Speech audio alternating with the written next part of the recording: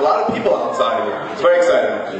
Anyways, we had a hard time the past 3-4 weeks getting prepared for tonight. I've done a lot of traveling, everyone's in business, it's not important. So, I personally do a lot of traveling, wholesale business, haven't been around much the past weeks. I was traveling to visit Kohl's. It's located in Menominee Falls, Wisconsin. So, we go out there a lot of times. The first time I went there, I was there with my brother, he was going to show me the ropes. We landed in the airport, we went up. He tells me we're going to Menominee Falls. I said, no, it's Menominee Falls. He says, Menominee Falls. I said, no, you know, the N's and the O's, I see how you got used to it. It's Menominee Falls. So no, let's pull out the road. We'll go into a local store, locally behind the counter. So we go in, pull the side of the road. We ask the guy in the store, can you please clearly tell me the name of the place we're in right now? Sure, no problem. Taco Bell. This is Wisconsin, people. So, Wisconsin, there's the two creams every couple of corners, Chase Bank and Duane Reade. They have Krispy Kreme every few feet. And my father always said the most deadly thing in the world would be a drive-through Krispy. So there it was, drive-through Krispy Kreme, a half hour for the appointment. I do it in honor of my father. Told my brother, we're going through the drive-through. We go through the drive-through. I went inside, we really had time, but we go drive-through. I go a little squawk box thing by the car, press the button. A voice comes and says, I know what the guy said. Okay, you know, we'll have 2 donuts, a coffee, and a cup of hot chocolate. On the side, my brother doesn't drink coffee, he drinks chocolate. I think he thinks to give like superpowers. He's 38 years old. Anyways, the voice comes back on a few minutes and says, obviously the little thing's not working. I risk it, I'm going to drive up to the window. They don't like when you drive up to them without the proper order. They want to know how much I have prepared, that change, so I have your order ready, but I drive up to the window anyways. Go to the window, I leans out to my car, and he goes, can I eat out of you?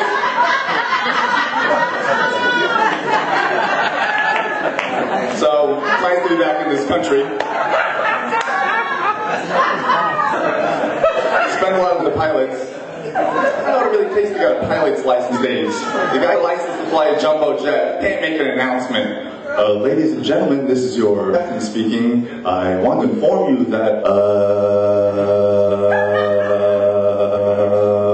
we landed. So I think the answer is that they're not really doing it. Don't we have autopilot now? I think that these potential flights go to flight the first day, and the instructor, look, we have no clue how to plane. We just put it on autopilot. The hardest we do is back out of the gate. Why there's all those guys going like this to land. So, they have all the flips and switches. Those are really just for show. You flip them all one way when people are getting on the plane, and you flip them all back the other way when they're getting off the plane. It's pretty important. It looks like you know what you're doing. We call those flips and switches whatchamacallits and duets.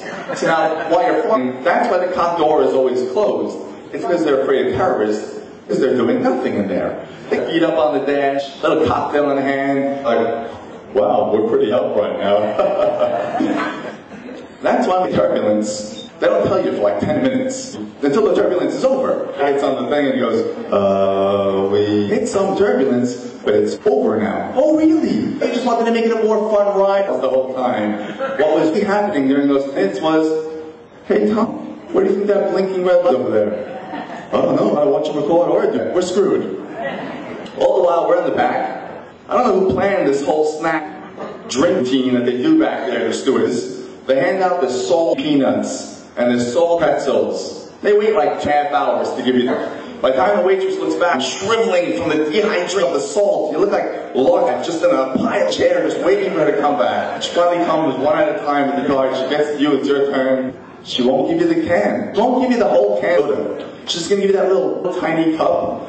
And she's gone forever. You drink it really fast, and for another one, you know, throwing you shots of Pepsi going, thank you, may I have another? Thank you, sir, may I have it? I like the hot coffee that they have, the scalding hot coffee. I only order it when I'm sitting at a window, because I like to watch them as they give it to you and put it over the other 2 people. I don't know whose idea that was to give out cans of all wired for the scout flag. Just can't wait to land, just can't wait to land.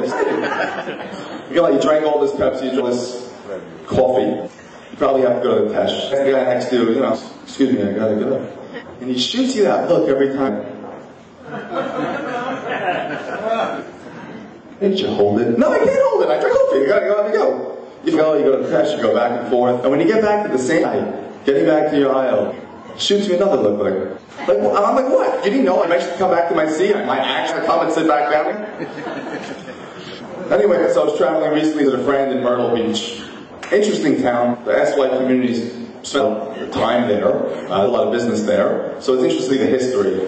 I guess there were 100 shuls in the community out there, and they did what they had to. They used buildings to shul. So we went to go visit a shul, and I had a little problem praying there because it was facing east. It was prayed facing south. So, we always faced towards Israel, whatever it is. And I had a problem. Eventually I became more comfortable with facing south because I realized that was home of our ancestors. Turnberry. With all the talk of travel comes talk of bed bugs. When I say it, should whisper of these bed bugs. I do what I can. I go to a lot of houses. I want such a chat actress. I always check actress. I don't know what I'm for. I'm hoping that one day the bills will just gather around and go, here. I mean, I don't really know. But we've been buying the bed bug mattress covers for the house now. I realize just the cover they sell for that wet the bed, that's the $1 version. Now they remarketed it to us, a $70 version. Someone told me the actual improvement on the bedding cover to become the mattress cover is a special locking zipper for the bugs. A special locking zipper? Are you telling me that you had to open the regular?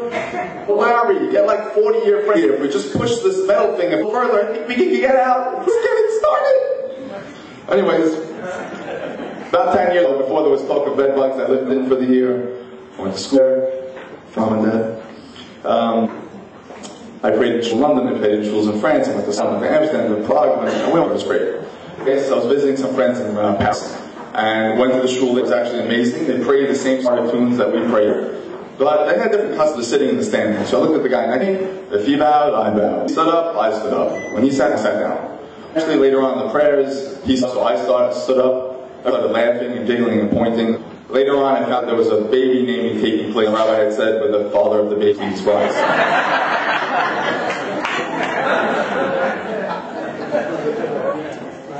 So living in that creative shul, during there was no minyan. They couldn't get 10 men. They got 11. I was the 11th. I don't know what would happen when I left. I was afraid to have 10 again. Anyways, there's a shul full of grumpy old men. They just prayed Saturday and Friday night. They found out I'm on the speech and debate. I heard I do this counselor now and then. I said, speak one week. I said, okay, have me in the shul, I'll speak. So I made a cute little speech, 5-6 minutes. I kept it short, kept it quaint. After the speech, many of the congregants came over. Good Shabbos, good Shabbos. I said, good Shabbos to them. One of the guys came over to me and goes, good Shabbos, very stupid, he's very stupid. I'm like, okay. He came over a minute later and goes, good Shabbos, stupid American, stupid American. I said, oh, it's nice to meet you too. And over 2 minutes later he goes, good Shabbos, not funny at all, not funny at all. I couldn't take him. I go to the rabbi and I go, I'm sorry. What's with the guy? And he goes, oh, I'll mind him. He's not there. He likes to go around the shul repeating things that he's heard.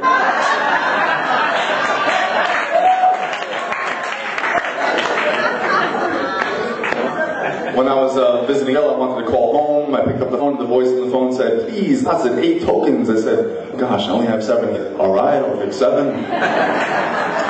No, it really is with the kosher meals. They can't seem to get kosher meal right when you order the kosher meal. You're more likely to get an Indian than a kosher meal. The stewardess would kind of go, honey, 6 people ordered a kosher meal, but we only bought 5 board. I'm like, did you think one of us was hungry tonight? You just couldn't figure out the 6? My fantasies is to fly El Al and to order a non-kosher meal. Somehow, would the person that please raise their hand.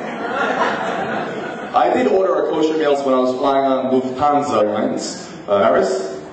It was during overtime. They did bring me an actual meal. It comes in a little metal tin with a little wax paper food with like 3 layers of tin foil and 18 like saran wrap and a big sticker on top with a bunch of rabbi's signatures, those and use in case. Great. Looks very official, kind food too.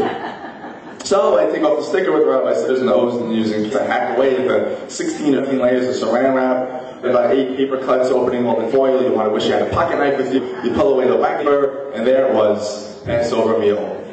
A bagel.